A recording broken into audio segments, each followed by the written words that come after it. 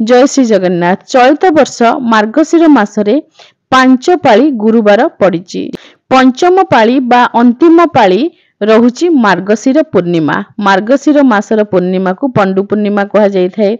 एही दिन पंडु ओषा करा जाय थाए एवं एही दिन एही पूर्णिमा दिन मांकर शेष पाली माणबसा पड़ुची। तो एही दिन माण बसिबो कि नाही, अर्थात पूर्णिमा दिन माण बसिबो कि नाही।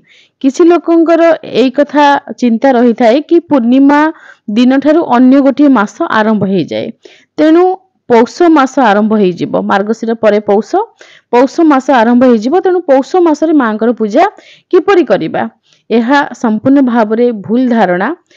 मार्गशीर मासर जो पूर्णिमा से पूर्णिमा को पौष पूर्णिमा कहा जाय नाही, मार्गशीर पूर्णिमा कहा जाय थाए। तेणु ताहा मार्गशीर मासर गोटे दिन, मार्गशीर मासर पूर्णता आसी थाए पूर्णिमा रे। प्रत्येक मासर पूर्णता आसी थाए सही मासर पूर्णिमा दिन। जेमिति कार्तिक मास आपण पालन करिले, कार्तिक पूर्णिमा दिनटी को कोन आपण छाडी देले कि? कार्तिक परे आपनकर मार्गशीर मासरे आपनकर से पूर्णिमा टी को गणिले कि? ना, केबे भी नुहे। मार्गशीर मासर पूर्णिमा मार्गशीर मासरे जीव।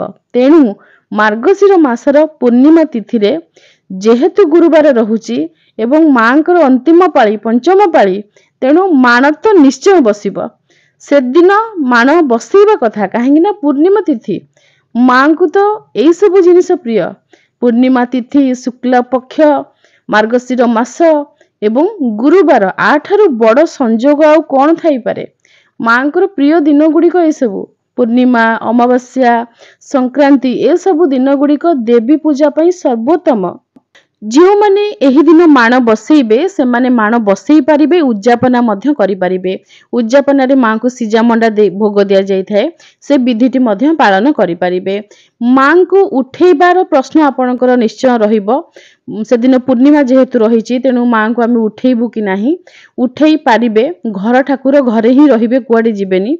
जदि आपनकर मन बारुची ताहाले आपण प्रतिपदा तिथि आमर पौष मास आरंभ हेबा पूर्वरु, माने आपण शुक्रवार दिन डिसेंबर 5 तारिख शुक्रवार दिन ब्राह्म मुहूर्त रे आपण राति 3 उठी जिबे, गाधेई पड़िबे 3:30 भितरे।